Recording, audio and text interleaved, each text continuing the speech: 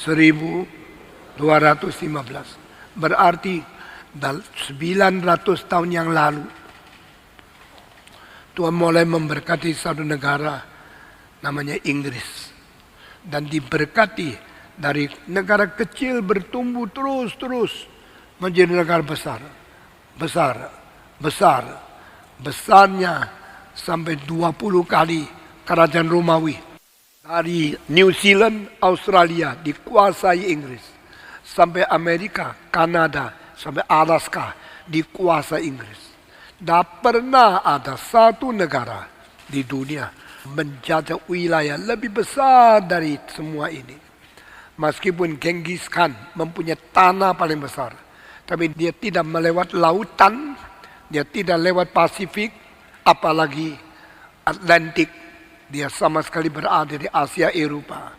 Tapi Inggris sampai ke Oceania, sampai ke Western Hemisphere, sampai ke Amerika Utara, sampai ke Alaska, hampir kembali ke Rusia. Kenapa? Tuhan berkati, sebab 1215 Inggris pertama kali di dalam sejarah manusia menetapkan hukum boleh membunuh raja.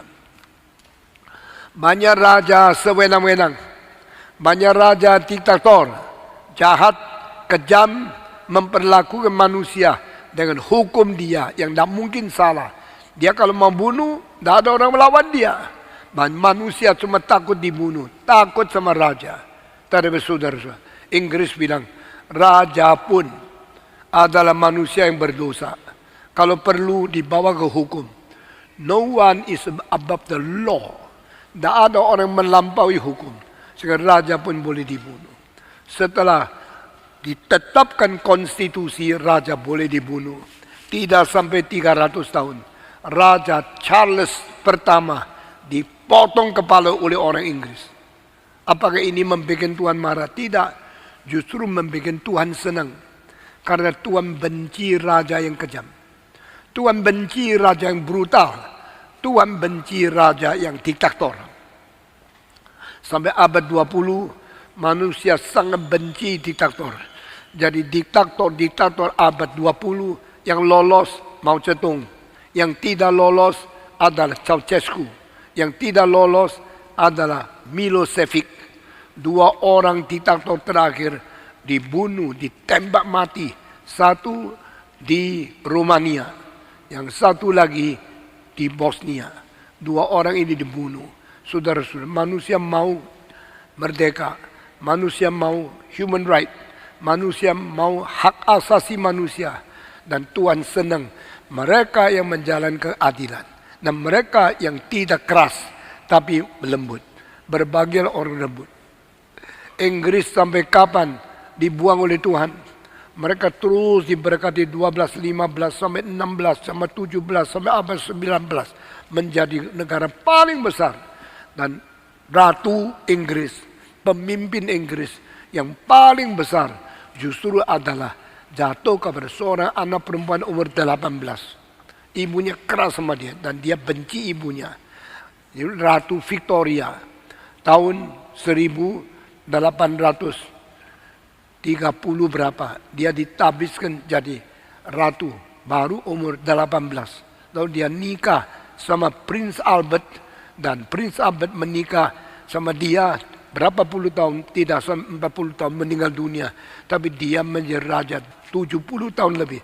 Sampai abad ke-20 tahun pertama dia meninggal dunia. Tapi di dalam hal ini Inggris terus maju. Sampai Inggris berdosa satu hal yang membuat Tuhan marah. Tuhan mulai membuang. Itu dosa apa? Dosa Opium War. Yaitu peperangan ganja opium di Tiongkok. Yang diledakkan bukan oleh orang Tionghoa, oleh orang Inggris yang invasi kepada Tiongkok tahun 1939. Kenapa Inggris menyerang Tiongkok? Waktu itu Tiongkok negara paling tinggi, paling besar. Tetapi Inggris mulai muncul setelah ada satu industrial revolution, revolusi industri. Bikin Inggris mendadak menjadi kaya, menjadi global, perdagangan diterima oleh seluruh dunia, uangnya banyak. Tetapi Inggris uangnya banyak, tetap menjadi makin lama makin miskin. Karena mereka kepingin hidup mewah. Hidup yang paling mewah menurut orang Inggris adalah pakai sutera dari Tiongkok, minum teh dari Tiongkok, dan pakai porselin yang paling halus dari Tiongkok. Ini 3 hal, porselin, teh, sama sutera, mahal sekali. Dan semua orang paling kaya di Inggris sudah merasa kalau tak minum teh Tiongkok, kalau tidak pakai sutera Tiongkok, kalau makan tidak pakai porselin Tiongkok, itu orang miskin. Itu sebab orang Inggris uangnya terus dibayar untuk beli ini. Setelah beli ini, perak dari Inggris masuk ke Tiongkok, sutera dari Tiongkok masuk ke Inggris. Perak dan emas dari Inggris diambil Tiongkok. Tiongkok punya itu obat-obat dan semua teh dan juga porselin dan sutera masuk ke Tiongkok. Lambat laun Inggris menjadi mulai miskin. Meskipun kerajaan makin besar, tapi uang makin disedot Tiongkok. Mereka marah dan mereka mengatakan, mari kita ambil kembali emas yang sudah kita bayar untuk Tiongkok. Bawa kembali supaya kita tidak miskin. Bagaimana bawa kembali? Mereka bikin barang-barang jual di Tiongkok supaya perdagangan itu seimbang. Tapi akhirnya orang Tionghoa pintar sekali, tidak mau beli barang, mau simpan uang. Orang Tionghoa semua ahli simpan uang. Sampai tua, uangnya banyak, kasih anaknya berperang satu yang lain. Ini orang Tionghoa. Orang Tionghoa suka jual, tidak suka beli. Orang Tionghoa suka untung, tidak suka rugi. Akhirnya barang Inggris di Tiongkok tidak laku.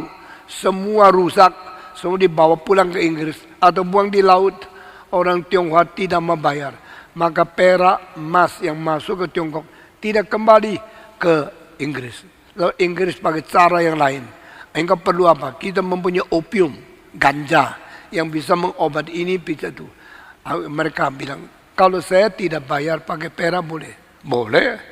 Bayar pakai apa? Pakai ganja. Oke. Sesudah ganja dijual di Tiongkok, ada orang-orang penting yang sakit minum ganja, dapat pembiusan, dapat kebajikan, dan mulai sembuh. Mereka senang. Inggris bilang, kalau begini, saya kirim ganja terus.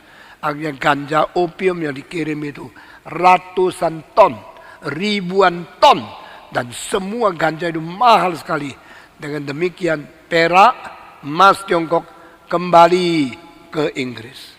Sudah begitu, berapa tahun kemudian ternyata orang-orang muda di Tiongkok semua kecanduan ganja. Sudah kecanduan, semua perlu ganja. Akhirnya tidak mau sekolah, tidak mau kerja. Saban hari minum ganja, malas-malas. Seluruh Tiongkok lumpuh. Sesudah lumpuh, Inggris bilang, tidak apa-apa, biar mereka mati. Asal kita dapat uang kembali. Ganja terus dijual. Sesudah itu Beijing marah. Pemerintah Qing dinasti memanggil seorang menteri namanya Lin Zexu, itu keluarga Lim ya. Dia di Hokkien, di Guangzhou, mengeluarkan semua ganja dari gudang. 20.000 peti. Semua dihancurkan, semua dimusnahkan. Dan kaisar di Tiongkok mengatakan, tidak boleh beli ganja. Tidak boleh minum ganja. Yang tidak taat akan dipenjarakan atau akan dibunuh mati. Orang Tionghoa mulai tidak mau beli ganja. Tidak berani beli ganja. Ini membuat London marah sekali. London sudah marah, kirim kapal perang datang ke Tiongkok. Mengatakan, buka pelabuhanmu, kami mau jual ganja. Tiongkok bilang, tidak. Mulai hari yang sudah ditetapkan, jual ganja, beli ganja, minum ganja, itu ilegal, akan dihukum. Inggris bilang, bagaimanapun saya mau jual ganja, karena dia sudah tidak ada uang. Dia perlu uang kembali. Tiongkok tidak sudah. Akhirnya, waktu itu mereka bilang, saya kasih ultimatum. Kalau engkau tidak buka pelabuhan, saya akan perang, menyerang dengan meriam. Tiongkok sedikit takut, tapi masih sombong sekali. Tiongkok negara paling besar. Takut apa? mau perang, ayo. Diajak perang, disetujui. Lalu Inggris mengetahui bahwa mereka punya kapal perang, meriamnya, mesin gunnya, dan semua mersiunya kuat luar biasa. Meskipun mersiu itu ditemukan oleh Cina, tapi orang Cina sudah temukan itu tidak untuk perang, untuk merayakan hari tahun pipok. Itu. Orang Tionghoa kalau tahun ramai sekali, tapi bukan untuk perang. Padahal mersiu di Inggris sudah dipakai untuk menjadi meriam besar. Dan waktu itu seorang jenderal daripada orang tentara laut namanya Macartney tulis surat kepada Victoria. Waktu itu Victoria masih menjadi ratu, umurnya baru 20 lebih. Mudah sekali terima surat, dibaca. Ratu, jangan takut perang sama Tiongkok. Meskipun Tiongkok negara paling besar, tapi itu sudah jadi sejarah. Mereka karena sombong, tidak pernah menemukan yang baru, tidak maju-maju, kapal mereka sudah ketinggalan. Teknologinya sama senjatanya tinggalan 187 tahun dibanding kapal perang daripada Inggris. Mari kita serang saja. Jangan takut perang. Kita tidak mungkin kalah. Kita mentundukkan, menghancurkan Tiongkok supaya mereka menjadi tempat yang dijajah oleh Inggris. Belanda menjajah Indonesia. Indonesia waktu itu tidak kuat melawan. Tiongkok mempunyai penduduk lebih banyak dari siapapun. Meskipun mau ditaklukkan, Tiongkok tidak mau takluk. Perang habis-habisan. Setelah perang, baru perang dah sampai berapa bulan. Tentara Tiongkok semua hancur. Kapal perang semua tenggelam. Meriamnya kecil-kecil. Inggrisnya besar-besar. Tidak lama kemudian, beberapa kota yang paling penting, termasuk Shanghai, termasuk Suatau, termasuk Canton, termasuk Xiamen, kota saya, semua dijajah oleh dia. Sekarang tanda tangan. Lu mau berani perang tak? Kalau tidak mau berhenti, kami akan hancurkan seluruh Tiongkok. Tiongkok mulai pertama kali takluk, pertama kali mengaku kalah. Dulu Tiongkok sombongnya luar biasa. Semua duta besar datang ke kaisar, mesti lutut, mesti ketuk. 3 kali lutut, 9 kali ketuk, baru boleh berdiri ketemu kaisar. Sekarang Macartney bilang, saya tidak mau ketemu apa-apa. Saya tidak mau lutut sama raja. Apa? Inggris sama Tiongkok sama-sama besarnya. Tak perlu saya lutut. Itu pertama kali Tiongkok dipermalukan oleh orang barat. Sesudah 100 tahun kemudian Mao Zedong ngamuk. Dia akan membalas dendam. Maka komunis Tiongkok begitu jahat. Karena membalas dendam penghinaan dari orang barat kepada orang Tionghoa. Saudara, orang Asia kalau tidak kuat, ditindas-tindas, diejek-ejek, dianiaya sama barat. Dan Tiongkok tidak mau. Jepang tidak mau. Thailand tidak mau. Ini tidak negara terus mau merdeka. Tapi Vietnam kena akan Perancis.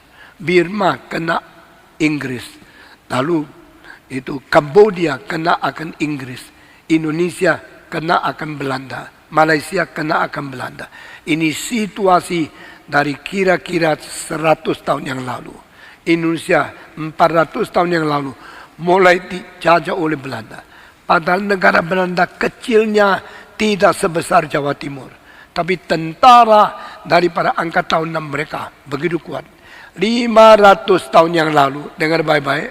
500 tahun yang lalu, di atas laut, seluruh dunia paling kuat itu cuma Belanda. Kedua, Inggris. Ketiga, Spanyol. Keempat, Portugis. Maka Spanyol sama Portugis pergi ke Amerika Selatan. Latin Amerika semua dimiliki oleh Spanyol dan Portugis. Brazil, Portugis. Argentina, Spanyol. Tetapi Inggris datang ke Arab. Inggris datang ke Afrika Selatan. Inggris datang ke India. Inggris datang ke Israel. Inggris datang ke Burma. Inggris datang ke Kambodia. Perancis datang ke Vietnam. Lalu Portugis datang ke Goa. Dan Portugis datang ke Timur Timur. Nah ini semua dijajah semua orang barat.